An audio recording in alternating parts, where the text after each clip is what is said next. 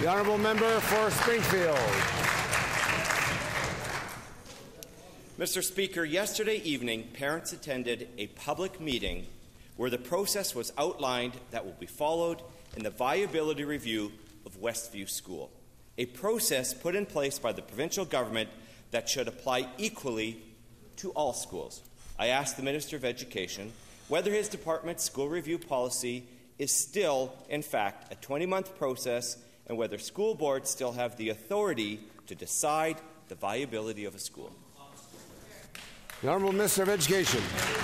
Well, thank you, Mr. Speaker. And certainly when school divisions are faced with issues such as declining enrollments, they do have difficult decisions to make with respect to the viability of the facilities. And we are currently reviewing the school closure policies and guidelines, Mr. Speaker.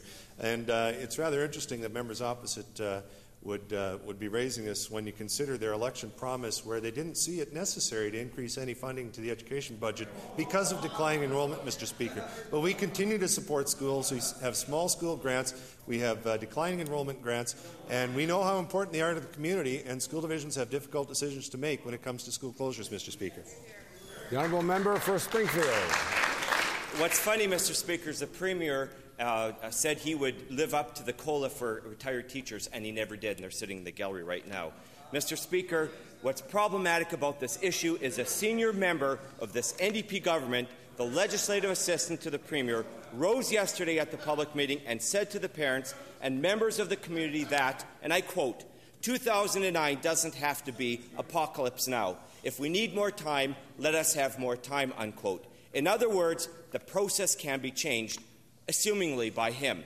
I would like to ask this Minister of Education whether the member for Radisson's comments reflect a change in policy, and has he neglected to inform parents and elected trustees of this change? The Honourable Minister of Education.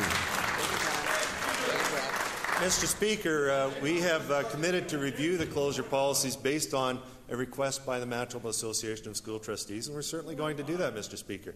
And as I said, the viability of schools is an issue that many school divisions wrestle with because of declining enrollment. There is declining enrollment, Mr. Speaker. And we have committed to review the policies. We will review the policies.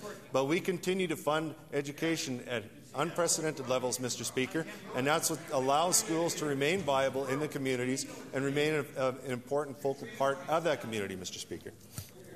The honourable member for Springfield. Mr. Speaker, the problem is that the process of a school viability review needs stability.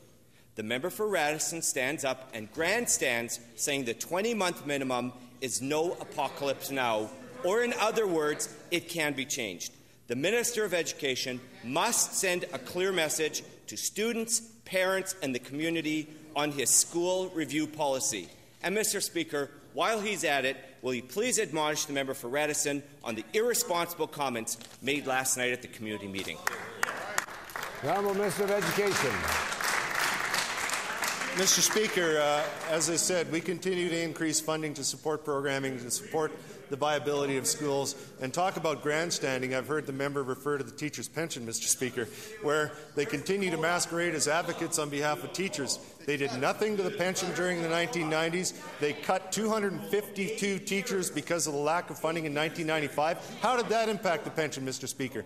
And they made a promise during the election to fund 2/3 COLA, and the numbers that they have thrown out are absolutely false with respect to how they could achieve that, Mr. Speaker. The member opposite should not lecture me about grandstanding, Mr. Speaker. We're the government that supports education. We support teachers. We support small schools in this province, Mr. Speaker.